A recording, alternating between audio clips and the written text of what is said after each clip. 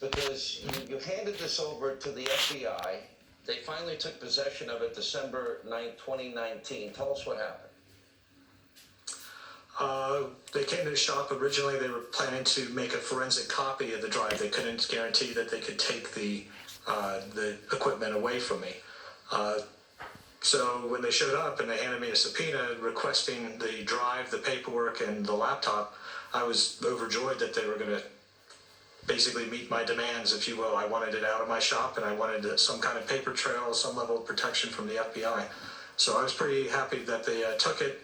A couple things happened during that exchange. A couple things were said that kind of, again, threw up some red flags with the FBI. Just how they wanted me to handle it, if he should come looking for it, how to contact them, how to stall whoever's looking for it so they can make arrangements to have the equipment returned to me. It kind of, I was concerned. So December 19th, to remind everybody, because impeachment on the issue of Ukraine took place with President Trump in January of 2020.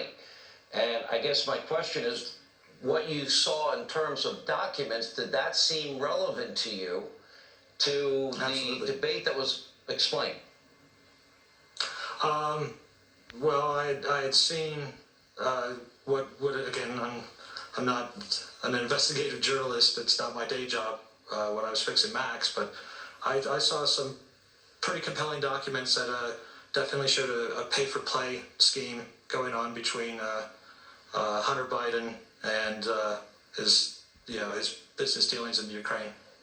Joe Biden claimed that he didn't know anything about his son's business dealing. Will the documents that you saw contradict that, incontrovertibly contradict that? Yeah, I think there was a lot of coordination. I saw a couple emails coming directly out of the White House to members of Burisma staff that, including the vice president's schedule, any discussions that were going on about Ukraine and policies with Ukraine were being sent directly to Vadim, who's the number 2 at Burisma. Knowing what you know that was on it, knowing that you followed the proper chain of command, knowing that you were glad to finally get it out of your possession, but yet it was the smartest thing you ever did, handing it over for your own benefit and safety, and you wondered, why was it not admitted as evidence at impeachment? Now, is the evidence that compelling, that it was that relevant? I assume, my interpretation is that you saw a flagrant double standard existed. Am I right in my interpretation? Well, what I saw was,